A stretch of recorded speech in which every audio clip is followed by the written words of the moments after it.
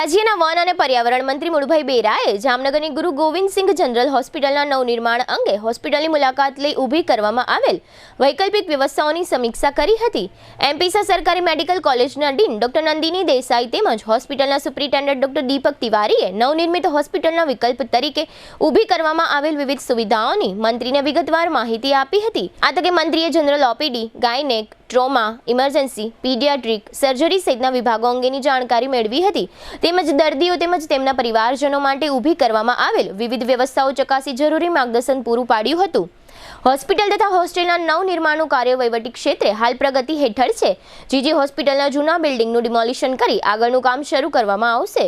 74 acre વિસ્તારમાં ફેલાયેલ જીજી hospital તથા એમપીસા સરકારી મેડિકલ કોલેજ ખાતે 15 જેટલા hospital building, 70 staff quarter, nursing college તથા હોસ્ટેલ બિલ્ડિંગ સહિતની સુવિધાઓ નિર્માણ પામશે. સાથે સાથે ડેન્ટલ કોલેજ, ફિઝિયોથેરાપી કોલેજ તથા મેન્ટલ હોસ્પિટલનો પણ આમાં સમાવેશ કરવામાં આવશે. મંત્રી મુળુભાઈએ હોસ્પિટલની મુલાકાત લઈ નવા પ્રોજેક્ટ અંગેની સમીક્ષા કરી તે સારી બાબત છે, પરંતુ વર્તમાન સમયમાં જામનગરની જીજી હોસ્પિટલમાં દર્દીઓની ઘણી જગવડતાઓ પડે છે. તેની પણ સમીક્ષા કરવાની તાતી જરૂર છે. ખાસ કરીને સોનોગ્રાફી વિભાગમાં દર્દીઓને સોનોગ્રાફી માટે 4 થી 5 કલાક વેઇટિંગ કરવું પડે છે. તેમજ દર્દીઓને ડોક્ટરો તરફથી જે સહકાર મળવો જોઈએ તે પણ મળતો નથી.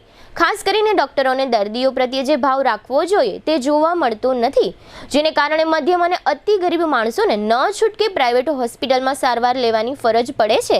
જીજી હોસ્પિટલના સુપ્રીમો એટલે કે ડીન ડોક્ટર નંદિની દેસાઈ અને અધિક્ષક ડોક્ટર દીપક તિવારી આ બંને જીજીના અધિકારીઓએ દર્દીઓની મુશ્કેલીઓને ઉકેલવામાં ક્યારેય રસ દાખવ્યો નથી. તેમજ દર્દીઓને વાચા આપવા માટે વારંવાર મીડિયામાં પણ જીજી હોસ્પિટલની અસંતોષ અંગે સમાચારો પ્રસારિત થાય છે. છતાં પણ મીડિયાના અહેવાલ બાદ પણ આ બંને અધિકારીઓ વકીલની ભાષામાં બચાવ કરી દર્દીના પ્રશ્નને ઉકેલવાને બદલે દર્દીના પ્રશ્ન ઉપર પાણી ઢોળ કરી નાખે છે, જેને કારણે સમગ્ર જીજી હોસ્પિટલ બદનામ થાય છે.